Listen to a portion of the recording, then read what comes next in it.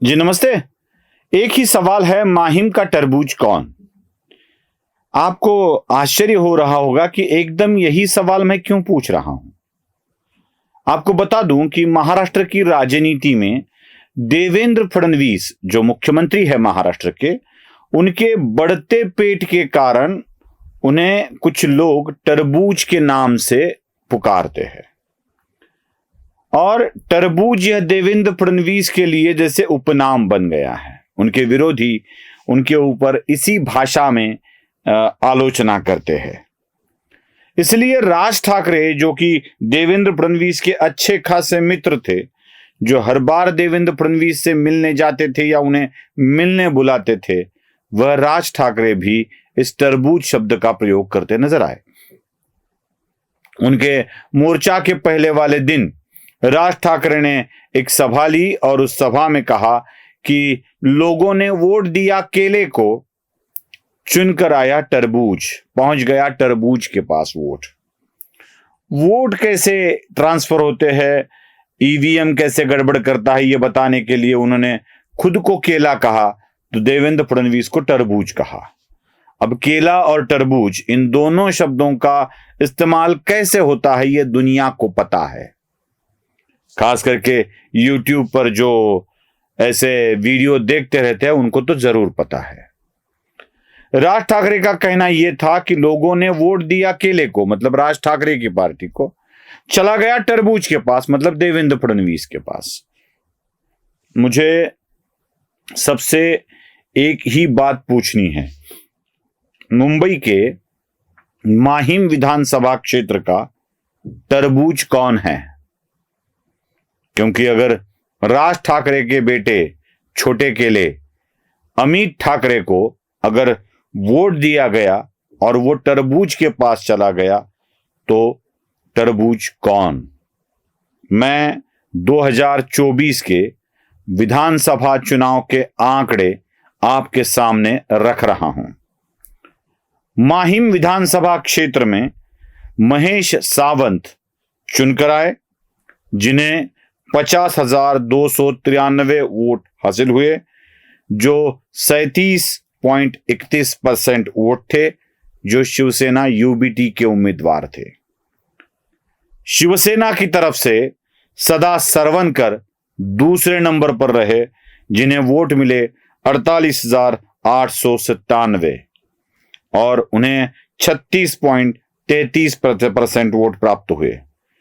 तीसरे पायदान पर रहे राज ठाकरे के सुपुत्र, जो मनसे से थे, अमित राज ठाकरे, जिन्हें सिर्फ 33,062 वोट मिले, जो 24.56% थे। अब अमित ठाकरे को वोट मिले, मतलब केले को वोट मिले, ट्रांसफर हुए महेश सावंत को और तरबूज चुनकर आया। क्या महेश सावंत और उद्धव ठाकरे भी तरबूज है? जरा राज ठाकरे स्पष्ट कर दे। मुझे तो आश्चर्य इस बात का हो रहा है, जिन जिन क्षेत्र में वोट गलती हो गई ऐसा राज ठाकरे बोल रहे हैं, वहां वहां बस शिवसेना ही शिवसेना यूबीटी वाली चुनकर आई है। राज ठाकरे ने मुंबई दक्षिण मध्य का चुनाव बताया, वहां पर अनिल देसाई चुनकर आए हैं। राज ठाकरे ने मुंबई दक्षिण की बात बताई, वहां पर अरविंद सावंत चुनकर आए हैं। राज ठाकरे ने नासिक की बात बताई, वहां पर राजा भाऊ वाजे चुनकर आए हैं। और ये तीनों के तीनों यूबीटी के हैं। नासिक हो या मुंबई के दो हो, तीनों के तीनों यूबीटी के हैं। यहां माहिम की बात भी चलती है तो वही बात वहां दोहराई जाती है, यहां भी यूबीटी चुनकर आती है। मतलब वोट दिया केले को, पहुंचा तरबूज के पास। तरबूज कौन? क्या अनिल देसाई तरबूज है? क्या अरविंद सावंत तरबूज है? क्या राजा भाऊ वाजे तरबूज है? क्या महेश सावंत तरबूज है? राज ठाकरे की बात ऐसी है ना, वो अपने आंख में क्या चला गया है वो देख नहीं पा रहे हैं। माहिम विधानसभा क्षेत्र के ही कुछ आंकड़े मैं आपको दिखाता हूं। 2024 में माहिम विधानसभा क्षेत्र में एमएनएस को, मतलब महाराष्ट्र नवनिर्माण सेना को जो वोट मिले वो थे 33,062।